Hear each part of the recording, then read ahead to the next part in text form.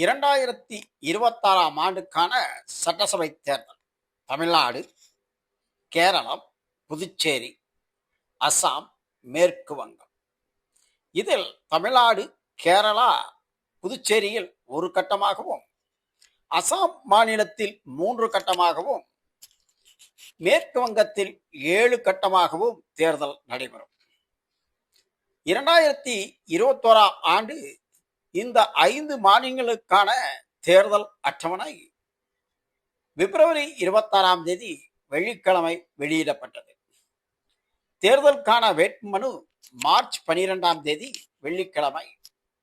தேர்தலுக்கான வேட்புமனு தாக்கல் செய்ய கடைசி நாளாக 19/3/2021 வெள்ளிக்கிழமையும் 20 மார்ச் 2021 சனிக்கிழமை பரிசீலனைக்கு எடுத்துக் கொள்ளப்பட்ட வேட்புமனு 22/3/2021 திங்கட்கிழமை வேட்புமனு வாபஸ் பெறும் நாளாக அறிவிக்கப்பட்டது.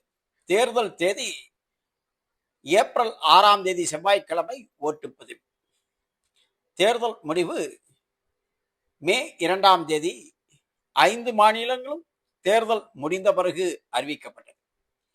இதில் இந்த தேர்தல் என்ன வித்தியாசம்? 2 முக்கிய தலைவர்கள், திமுகவில் டாக்டர் கலைஞரும் அதிமுகவில் புரட்சி தலைவி ஜெயலலிதாவும் மறைந்த தேர்தல். இவர்கள் இல்லாமல் நடைபெற்ற திமுக அதிமுக தேர்தல். திமுக சார்பில் மு.க. ஸ்டாலினும் அதிமுக சார்பில் எடப்பாடி பழனிசாமியும் இந்த தேர்தலில் களம் கண்டனர். திமுக 173 தொகுதிகளில் போட்டியிட்டு 133 தொகுதிகளில் வெற்றி பெற்றது. அதிமுக 66 தொகுதிகளும், காங்கிரஸ் 18 தொகுதிகளும், பிஎம்கே பாமக 5 தொகுதியும், பிஜேபி 4 தொகுதிகளும் வெற்றி பெற்றது. அதர்ஸ் மற்றவர்கள் 8 தொகுதி. இந்த தேர்தலில் அறுதி பெரும்பான்மை பெற 118 எம்எல்ஏ சீட்டுகளில் வென்றிருக்க வேண்டும். திமுக தனி மெஜாரிட்டி 133 தொகுதிகளில் வெற்றி பெற்று தேர்தலில் வெற்றி பெற்ற திமுக அதன் தலைவர் மு.க. ஸ்டாலின், முத்துவேல் கருணாநிதி மு.க. ஸ்டாலின் முதல்வராக பதவியேற்றார். 5 ஆண்டு கால பதவி. 5 ஆண்டு காலம் முடிந்து 2026ஆம் ஆண்டுக்கான சட்டசபை தேர்தல் தேர்தல் கமிஷன் அறிவிக்கும் காலகட்டத்தில் உள்ளது.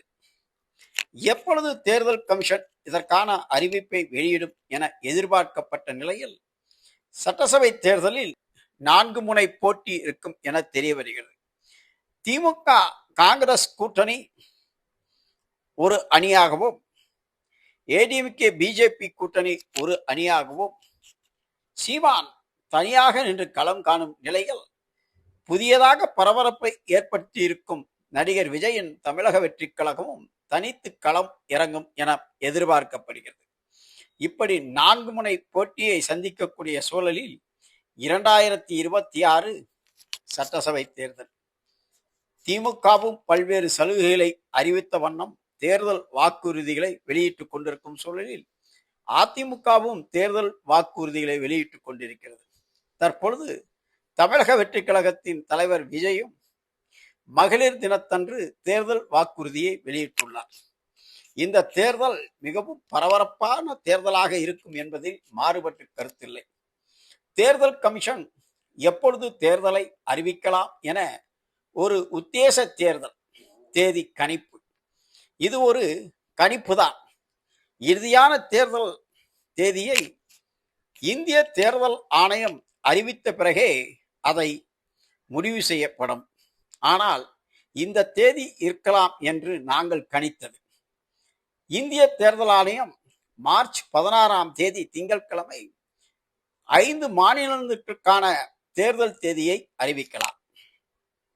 இதில் ஏற்கனவே உள்ளது போல் தமிழ்நாடு, கேரளம், புதுச்சேரி ஒரே கட்ட தேர்தல் ஒரே நாளில் நடைபெறும்.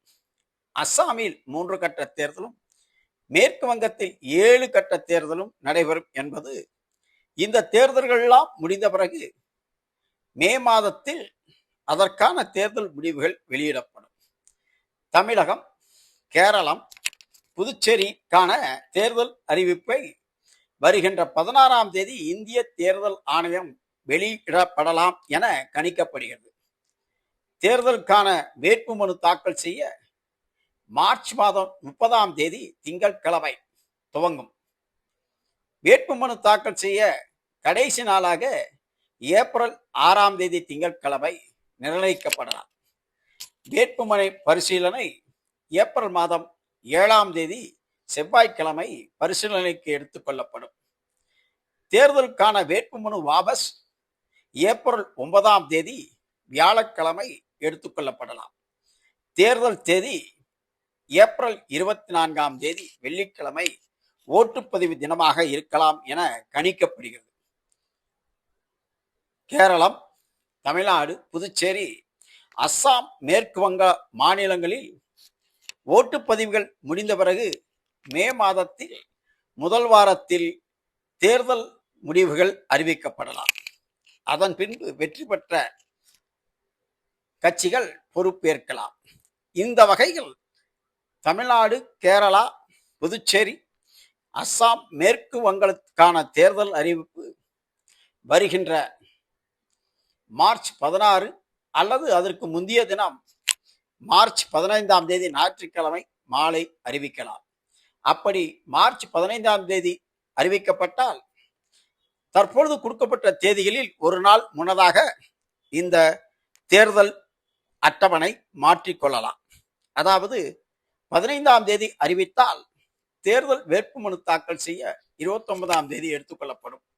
வாக்குப்பதிவுக்கு 23ஆம் தேதி எடுத்துக்கொள்ளப்படும். எனவே தமிழகம் தேர்தல் களத்தில் மீண்டும் கருணாநிதி, ஜெயலலிதா இல்லாத ஒரு களத்தை மு.க. ஸ்டாலின் எதிர்கொள்கிறார். ஏற்கனவே 6 முறை தமிழக முதல்வர் பதவியில் அமர்ந்த திமுக 7வது முறையாக வெல்லுமா, அல்லது அதிமுக பாஜக கூட்டணி தேர்தல் களத்தில் மெஜாரிட்டி பெறுவா, அல்லது புதியதாக வந்திருக்கும் நடிகர் விஜயின் தமிழக வெற்றி கழகம் தேர்தல் சரித்திரத்தை மாற்றுமா என்பதை தேர்தல் முடிந்த பிறகுதான் கணிக்க முடியும். என்றாலும் இந்த தேர்தல் ஒரு வித்தியாசமான தேர்தல் களத்தை எதிர்நோக்கி உள்ளது. ஏனென்றால் நடிகர் விஜயின் தமிழக வெற்றி கழகம் இளைஞர்கள் மத்தியில் பெரும் பரபரப்பையும் வாக்கு வங்கியும் கிட்டத்தட்ட 16% மேல் ஓட்டு வங்கியும் பெற்றிருப்பதாக தேர்தல் கணிப்பாளர்கள் தெரிவிக்கின்றனர். எது உண்மை என்பதை தேர்தல் முடிந்த பிறகு நாம் கணக்கிட்டுக் கொள்ளலாம். அதுவரை இந்திய தேர்தல் ஆணையத்தின் இந்த தேர்தல் பட்டியல் இப்படித்தான் இருக்கும் என்று நாங்களாகவே கணித்து உத்தேசிய தேர்தல் அட்டவணை. இது இந்திய தேர்தல் கமிஷனின் அட்டவணை அல்ல, எங்களுடைய தனிப்பட்ட கணிப்பு என்பதை தெரிவித்துக் கொள்கிறோம்.